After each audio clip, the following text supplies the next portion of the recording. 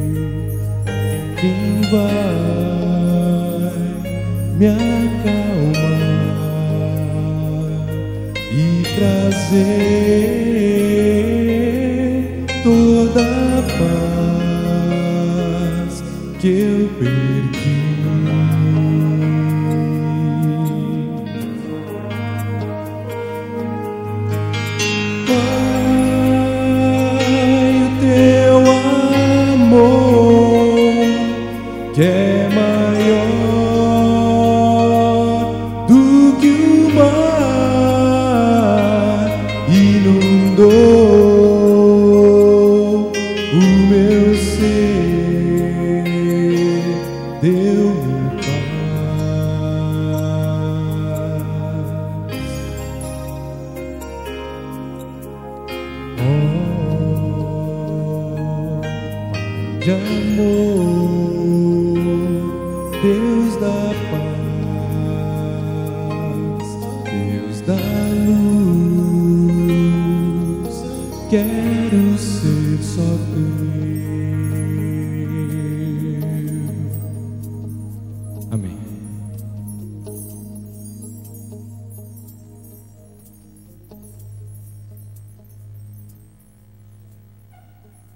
Igreja, bom dia, amigos internautas. É um prazer estarmos aqui, embora um prazer meio nervoso, para juntos estudarmos a palavra de Deus. O texto que nós vamos meditar nesta manhã se encontra em Romanos 7, no versículo 14 ao 25. Alguns anos atrás, a lição da Escola Sabatina tratou bastante do homem de Romanos 7. Alguns domingos atrás, o pastor Jonas Pinho também falou um pouquinho sobre esse assunto. E como eu gostei muito desse assunto, estudei um pouquinho e quero compartilhar com vocês aquilo que eu achei que tenha me ajudado e espero que possa ajudar a cada um de vocês. Romanos 7, 14, então eu leio o seguinte: porque bem sabemos que a lei é espiritual, eu todavia sou carnal, vendido à escravidão do pecado, porque nem mesmo compreendo o meu próprio modo de agir, pois não faço o que prefiro, e sim o que detesto. Ora, se faço o que não quero, consinto com a lei que é boa. Neste caso, quem faz isto já não sou eu, mas o pecado que habita em mim. Porque eu sei que em mim, isto é, na minha carne, não habita bem nenhum, pois o querer o bem está em mim, não porém o efetuá-lo. Porque não faço o bem que prefiro, mas o mal que não quero, esse faço. Mas se faço o que não quero, já não sou eu o que faz, e sim o pecado que habita em mim. Então, ao querer fazer o bem, encontro uma lei que o mal reside em mim. Porque no tocante ao homem interior, tenho prazer na lei de Deus, mas vejo nos meus membros outra lei, que guerreando contra a lei da minha mente, me faz prisioneiro da lei do pecado que está em meus membros. Desventurado homem que sou, quem me livrará do corpo dessa morte? Até aqui, irmãos. Dá para perceber um pouquinho porque que eu gosto desse texto, porque eu sou muito pecador. E quando eu li isso a primeira vez, eu fiquei até um pouco contente, porque Paulo, sendo esse apóstolo tão querido, esse homem que tem ajudado tanto a igreja, e vai ajudar muito ainda, ele tinha essa luta interior como eu tenho, como você tem. Isso é a história da minha vida. E eu creio que deve ser a história de algum de vocês também. Não posso dizer de todos, mas eu acho que na grande maioria é a história da nossa vida. Às vezes a gente sai de manhã e a gente pensa, hoje eu não vou cometer esse erro, hoje eu não vou praticar esse pecado. E quando você chega em casa à noite, você vai refletir sobre sua vida e você percebe que infelizmente você caiu nas mesmas armadilhas de Satanás. E você de novo pecou. Então Paulo passou a ser um herói para mim. E tenho lido bastante, tenho me espelhado muito. E quero aprender muito mais com ele. Porque Paulo também era pecador.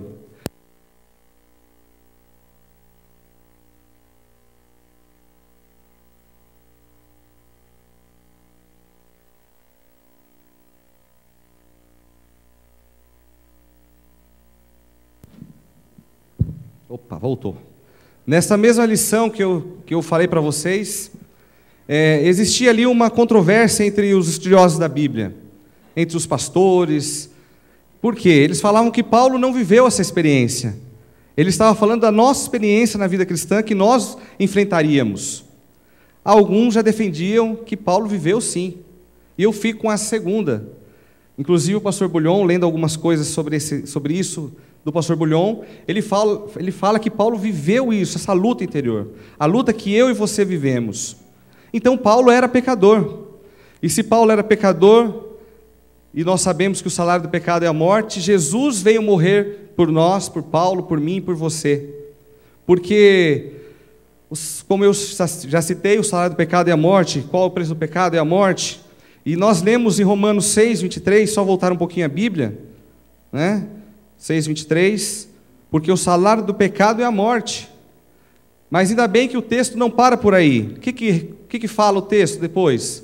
Mas o dom é a vida eterna através de Cristo Jesus. Então, graças a Cristo Jesus, Ele veio morrer em nosso lugar para que nós não fôssemos condenados eternamente, tivéssemos uma esperança de viver novamente no lugar perfeito que Ele preparou, como preparou para Adão e Eva. E aí a gente pensa, como eu já pensei muito na minha vida, não foi eu que pequei, foi Adão, Eva que começaram, nós estamos estudando isso na lição dessa semana. Mas será que se fôssemos nós lá, será que a gente não teria falhado também? Não dá para a gente saber isso, não tem como. Mas uma coisa dá para saber, hoje nós estamos dando continuidade a esse pecado, ou nós estamos crucificando esse Jesus novamente, ou nós estamos vivendo uma vida diferente. Nós trocamos as coisas de Deus por coisas banais desse mundo, a todo momento. Eu sou capaz de dizer que existem pessoas que podem trocar as coisas de Deus por um chocolate, pela comida, pela glutonaria, por os desejos carnais que esse mundo oferece. 1 João 3,4 diz que todos pecaram, todos nós pecamos. Então, talvez, se fôssemos nós no lugar de Adão, nós também teríamos falhado. Deuteronômio 30:19, eu quero ler com vocês também.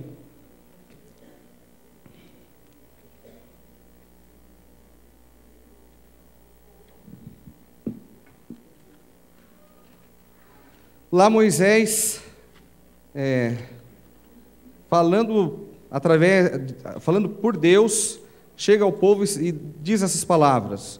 Deuteronômio 30:19. Os céus e a terra hoje tomam por testemunha contra ti, que te propus a vida e a morte, a bênção e a maldição. Escolhe, pois, a vida para que vivas tu e a tua descendência. Será que se um profeta de Deus viesse hoje na igreja de Vila Matilde e falasse para nós, você tem aqui para escolher a vida ou a morte, a bênção ou a maldição, o que será que nós escolheríamos? Será que teria alguém, sem juízo dos seus pensamentos, que escolheria a morte ou a maldição? Eu acho que não. Teria alguém? Eu não vejo nenhuma mão levantada. Todos nós queremos viver, todos nós queremos bênçãos, mas ao contrário disso, quando nós saímos desse lugar gostoso que nós estamos, as nossas atitudes são diferentes. As nossas atitudes demonstram que parece que nós escolhemos a maldição, que nós escolhemos a morte. Quando a gente era garoto na nossa igreja, tinha uma peça teatral que a gente fazia, e a gente fez a nossa igreja, ficou muito legal com o nosso conjunto, e saímos nas igrejas fazendo esse JA. E era mais ou menos assim, era um homem, ele é um andarilho, E ele ficou sabendo que viria um grande temporal na cidade. E ele percebeu que ele deveria procurar um abrigo. E ele saiu desorientado nas ruas da cidade, e ele entrou numa rua, e ele viu um homem varrendo a calçada. E quando aquele homem ouviu, chamou: meu jovem, aqui. Você está sabendo do grande temporal que vai vir sobre a cidade? Ele falou: estou sabendo, estou preocupado.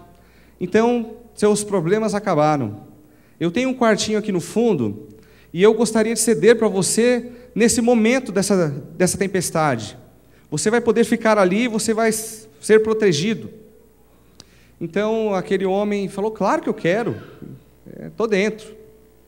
E ele falou: só tem um detalhe, você tem um monte de coisas aí no seu saco, que ele andava ali, você vai ter que deixar isso, porque eu vou te dar tudo o que você precisa, comida, vou te dar roupa, e depois que acabar a tempestade, que você quiser ir embora, você pode levar tudo. Então, a gente brincava, né? Aquele mendigo tirava tudo do seu saco, jogava no chão, um sapato preto, outro marrom, que ele não tinha os dois no mesmo par, as panelas velhas que ele cozinhava e um monte de cacareco que ele tinha. E ele olhava para o quarto, olhava para suas coisas, olhava para o quarto, olhou para suas coisas, guardou suas coisas naquele saco e foi embora. Parece um pouquinho com a nossa vida, com a nossa jornada cristã nesse mundo. Muitas vezes nós trocamos as coisas de Deus por cacarecos desse mundo, por coisas banais, por prazeres momentâneos, que não nos vai levar a nada, não vai trazer nenhum conforto, nenhuma esperança, nenhuma paz, nenhuma alegria. E nós trocamos para as coisas desse mundo. Um detalhe que todo cristão precisava saber e aprender, precisava aprender com os alcoólatras anônimos. Eu conversei com algumas pessoas que pertencem a esse grupo, assistindo alguns filmes, lendo alguns livros.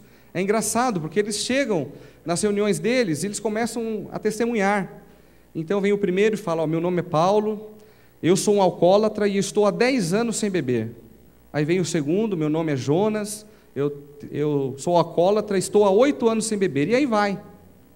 E aí eu fiquei intrigado, por que essas pessoas estão há 10, 8, 6, 5 anos sem beber e elas se dizem alcoólatras? Sabe por quê, irmãos? Porque elas sabem que são alcoólatras, e elas sabem que elas têm que tomar certos cuidados, elas sabem que elas não podem chegar muito perto daquilo que acaba com a sua vida. Eu tenho um amigo próximo que ele não toma cerveja sem álcool e nem um suco de uva muito concentrado, e ele fala que isso lembra muito a bebida e isso pode fazer com que ele caia novamente. E nós reconhecemos que nós somos pecadores? Nós tomamos certos cuidados na nossa vida? Geralmente não. O nosso problema é que a gente acha que a gente pode parar a hora que a gente quiser. Eu vou experimentar um cigarrinho aqui, uma bebidinha ali, e outras coisas que você está pensando em sua mente, que a gente faz, e a gente fala: eu tenho controle disso, eu posso parar a hora que eu quiser. E aí você começa. E você só descobre que isso tem atrapalhado sua vida quando você tenta parar.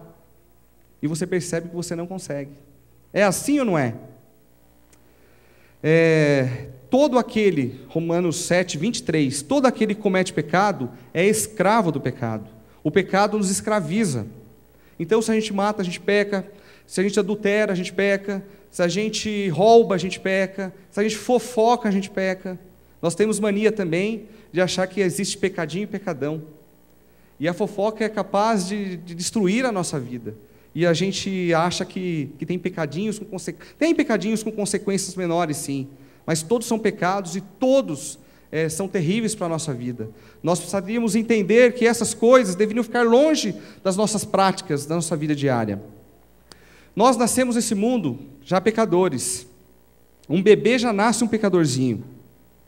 Eu entendo um pouquinho disso, porque eu tive alguns filhos, né? Se você pegar um garotinho, um bebezinho de 8 meses, 6 meses, 9 meses ali, dois bebês, e você colocar um brinquedo colorido no meio deles dois, eles vão se degladiar até um tomar o brinquedo e estar chorando, e o outro que está sem o brinquedo também estar chorando. Esses dias eu ouvi o pastor Fernando falar no sermão dele uma coisa que eu achei interessante e até fiz. Eu gosto muito de brincar com as crianças. E existem aquelas crianças que não vêm com ninguém. E uma delas é do Márcio, da Geile, o Davizinho. E eu falei: eu vou conquistar esse garoto. E aí eu ouvi o pastor Fernando falar o seguinte: você pega uma criancinha, e pega a mãozinha dela, e segura aqui embaixo e deixa mole.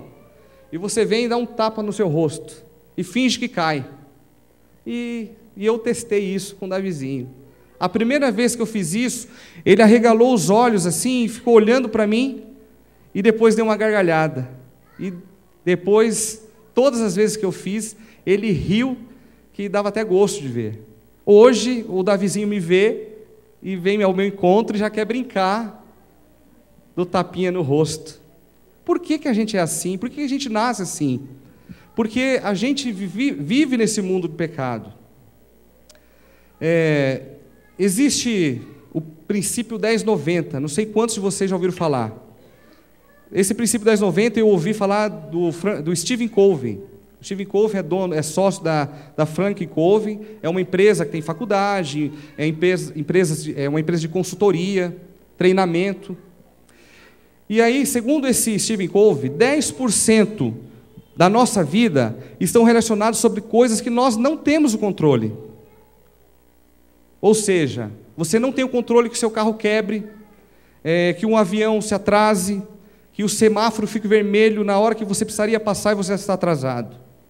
Agora, 90% da nossa vida estão relacionados com como reagimos com referência a esses 10%. Não sei se está muito complicado, eu vou tentar exemplificar.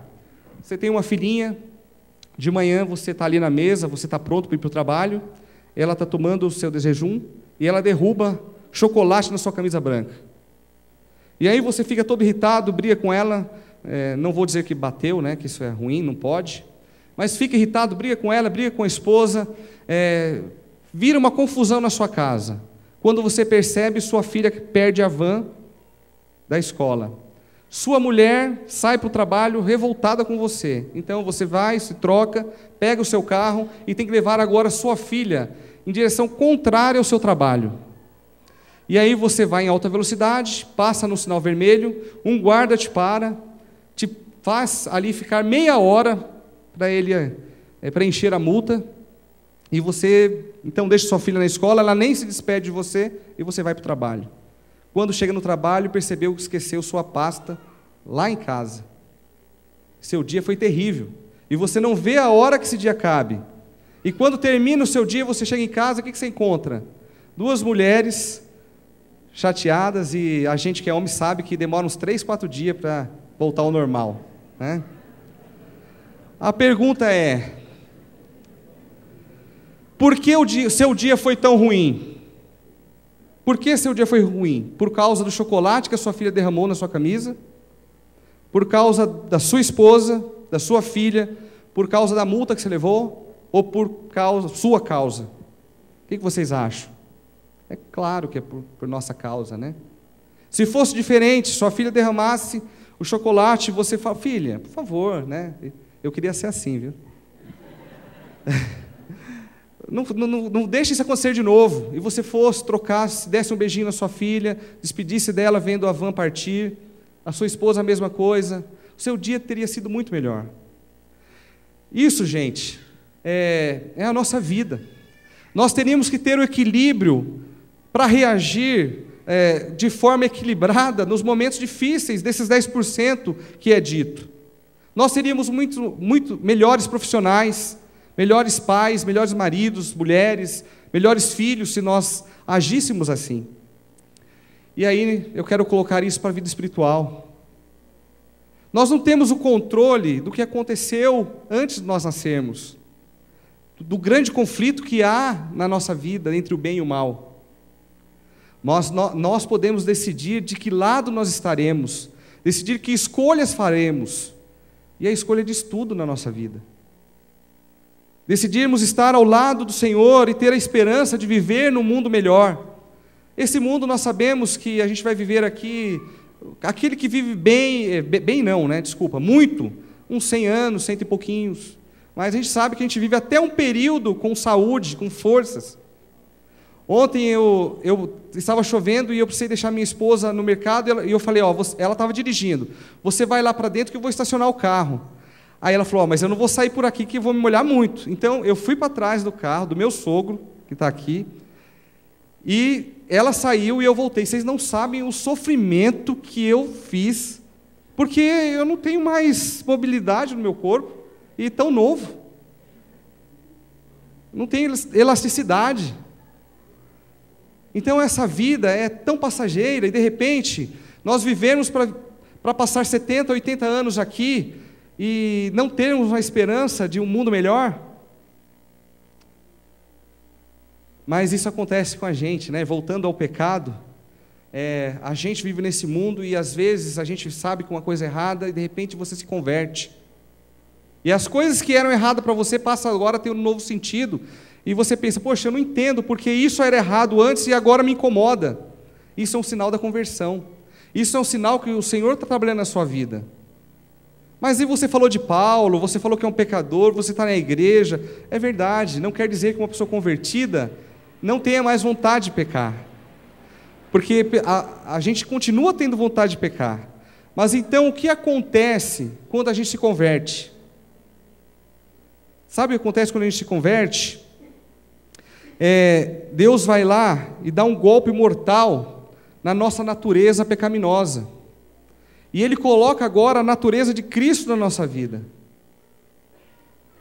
E a natureza de Cristo é maravilhosa, é linda, é perfeita, e a gente vive um momento maravilhoso, e a gente quer testemunhar, e a gente quer fazer com que as pessoas encontrem esse mesmo Deus que a gente encontrou.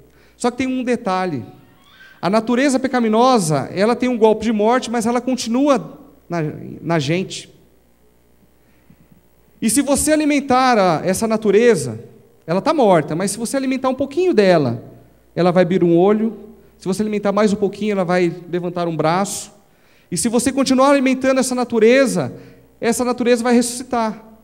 E agora você vai ter as duas naturezas na sua vida. Uma forte, experiente, que é a natureza pecaminosa, e uma que é como um bebezinho engatinhando, que é a natureza de Cristo na sua vida. O problema é que, se a gente alimentar muito a natureza carnal, ela vai sufocar a natureza de Cristo.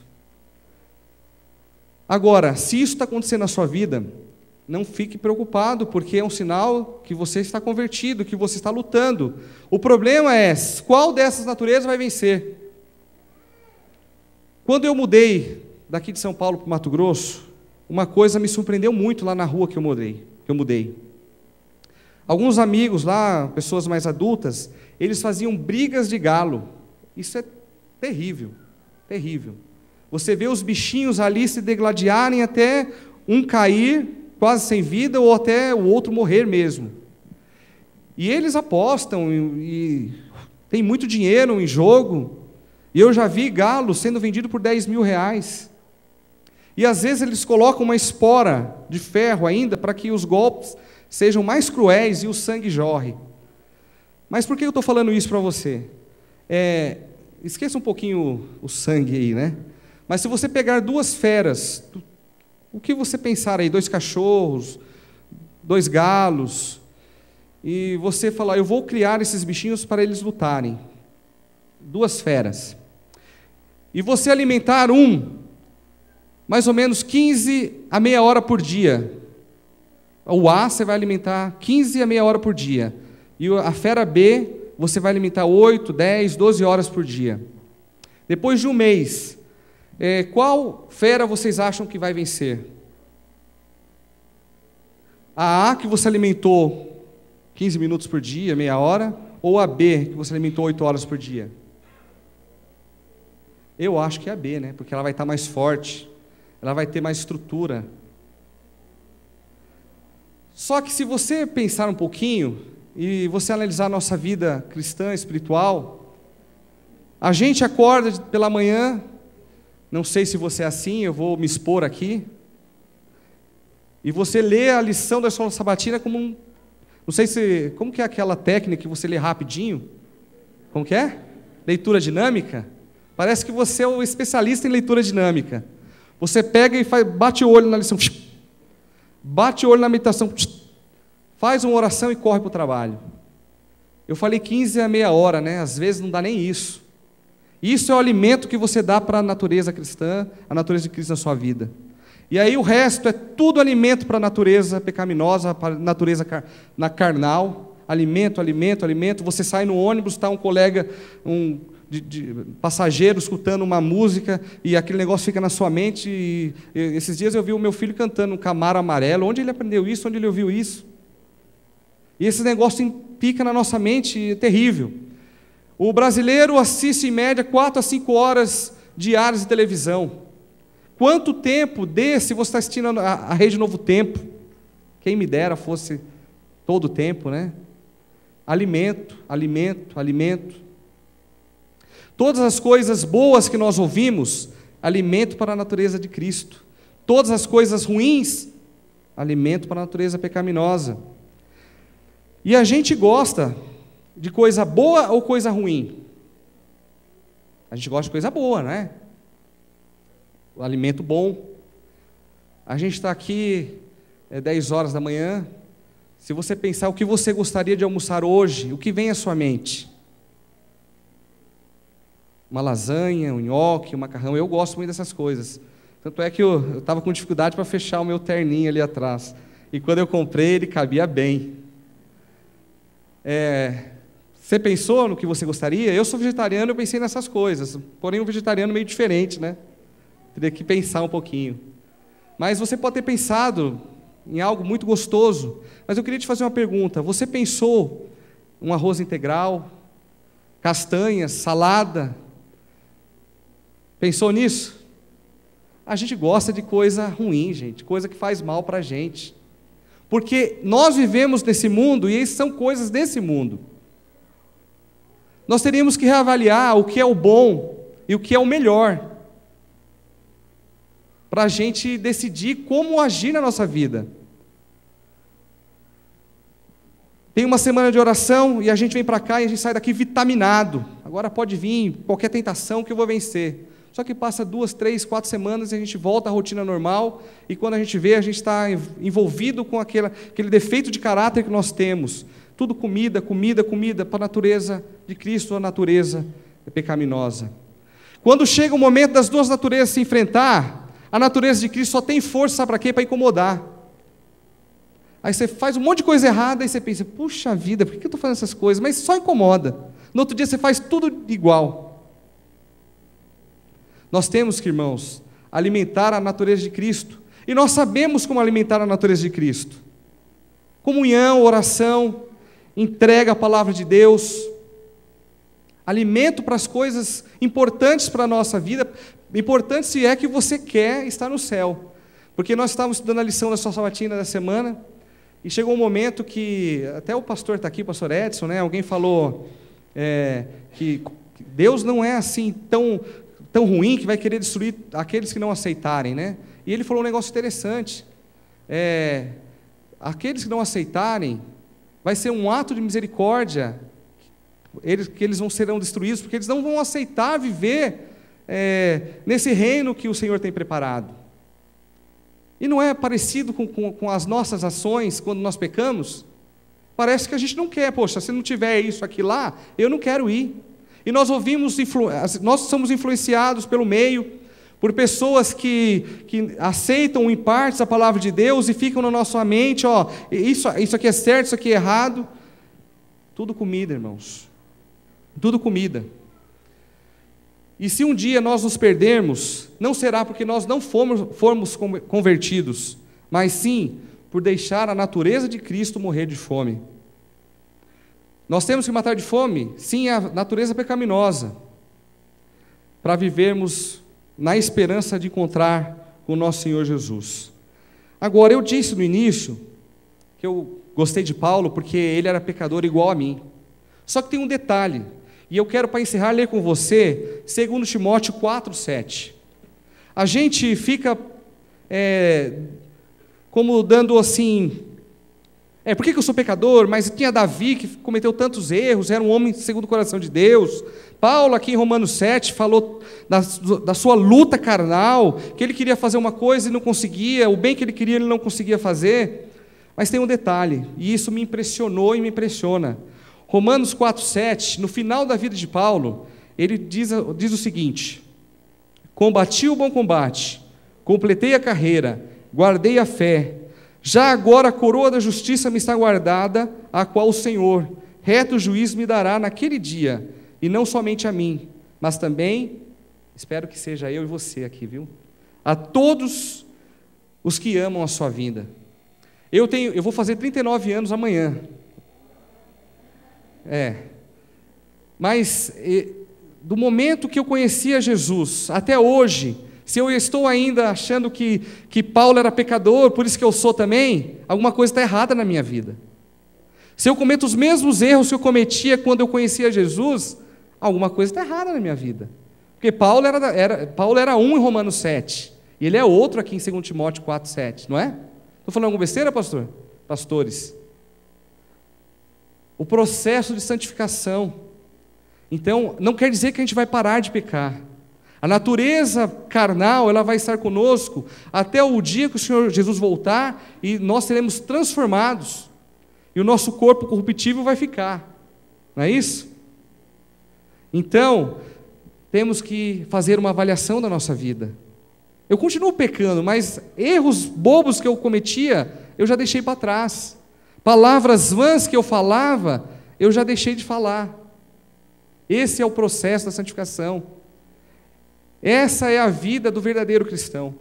E eu faço um apelo a você. Você que já foi convertido e continua pecando, não desanime. Porque a irmã Ellen White fala as palavras de Jesus: eu vou ajudar você. Eu vou estar ao teu lado. Eu vou te proteger. Se você cair, eu vou te ajudar a levantar. Se você não é convertido ainda, o Senhor está fazendo um convite a você, para você entregar sua vida nas mãos de Jesus, e Ele vai cuidar de você. Ele vai ajudar na nossa caminhada rumo ao céu. A gente tem o desejo ou não tem de estar com Jesus no céu? Nós temos, nós queremos. E a luta que a gente tem entre o bem e o mal, significa que nós estamos convertidos, porque senão a gente não ficaria preocupado com os nossos erros. Eu cometo pecado aqui, mas o que tem? Não é verdade? Isso é um sinal que Jesus está trabalhando na sua vida, que o Espírito Santo está trabalhando na nossa vida. Que o Senhor possa nos abençoar, queridos irmãos. Enquanto o mundo está aí louvando os prazeres da carne, adorando a carne, filhos de Deus estão em várias e várias igrejas adorando ao Senhor, querendo estar com Ele no dia da sua volta. E que nós possamos realmente saber quais são os alimentos certos para a nossa vida cristã, nos alimentar, nos fortalecer, para que quando o vendaval do pecado tentar nos derrubar, nós estaremos fortes como uma estaca, com raízes profundas, e essas raízes vêm dos altos céus. Amém, irmãos?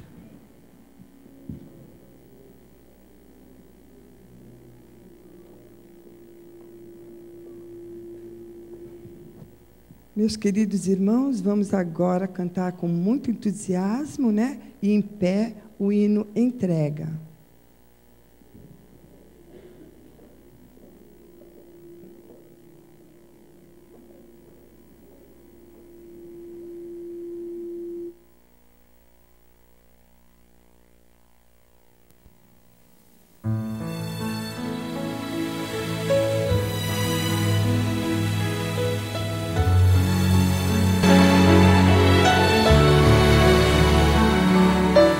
Preciso me entregar, Senhor. Preciso a Ti me entregar. Preciso ouvir Tua voz a me falar.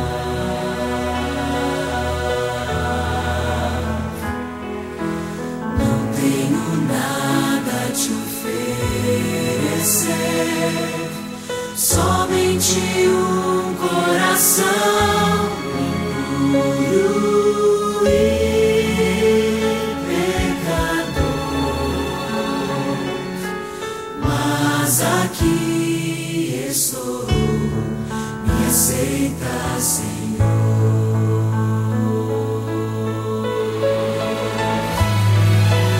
Toma os meus pensamentos, meus dons e meus bens.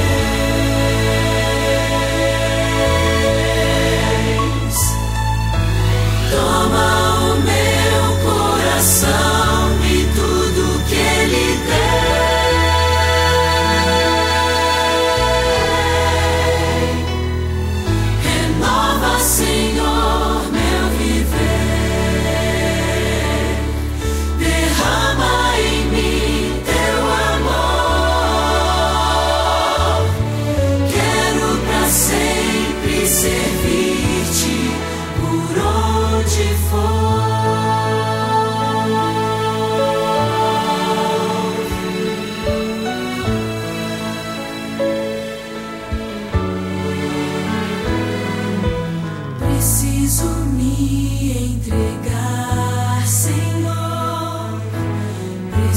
posso a ti me entregar.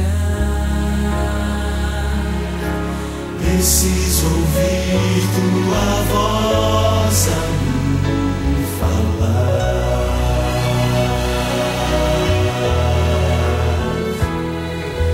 Não tenho nada a te oferecer, somente um coração puro e pecador.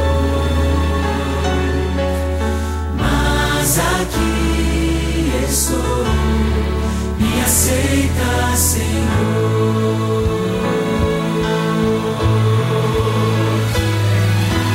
Toma os meus pensamentos, meus dons e meus bens.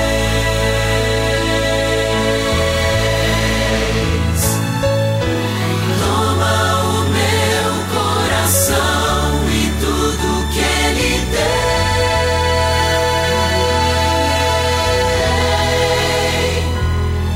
Renova, Senhor, meu viver. Derrama em mim teu amor.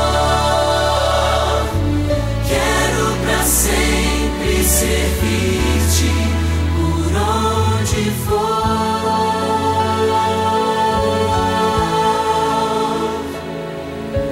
Quero pra sempre servir-te por onde for.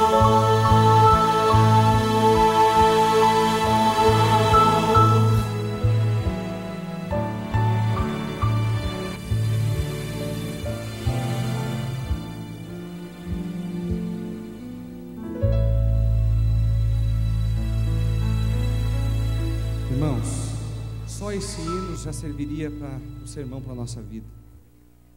Nosso coração, se a gente pudesse dar a Ele da forma que Ele está, o Senhor transformará. Que nós possamos entender as palavras desse hino, as palavras que foram ditas aqui, e colocar em prática na nossa vida. Oremos. Querido Deus e Pai, muito obrigado, Senhor, pelas Tuas palavras, que nos ajudam tanto, Senhor, nesse mundo cheio de dor e de pecado. Nós temos, Senhor, um coração que precisa ser transformado, que ele é impuro. Nós queremos, desejamos fazer as coisas que não são boas, mas nós também queremos servir a Ti. Nós queremos, Senhor, também ter a esperança de estar contigo. E por isso, Senhor, nós precisamos pedir que o Senhor nos ajude, que o Senhor esteja ao nosso lado, que nós possamos sentir o desejo de servir, te buscar, estudar a Tua palavra e meditar em oração, Pai. Que o Senhor venha ajudar, Senhor, a cada pessoa que está nessa igreja, a cada pessoa que está ligada ao computador, e que nós possamos, Senhor, cada dia mais buscar a Ti e ter uma experiência cristã pura, saudável, para assim podermos levar pessoas e mais pessoas a ter essa mesma esperança, Pai. Esteja conosco nesse dia, que pedimos por Jesus. Amém. Irmãos queridos, nós vamos ter agora a escola sabatina, daqui 5 minutinhos. Peço que as crianças que estarão indo para suas classes possam sair em silêncio. E a irmã Carla vai conduzir a escola sabatina para nós. Obrigado.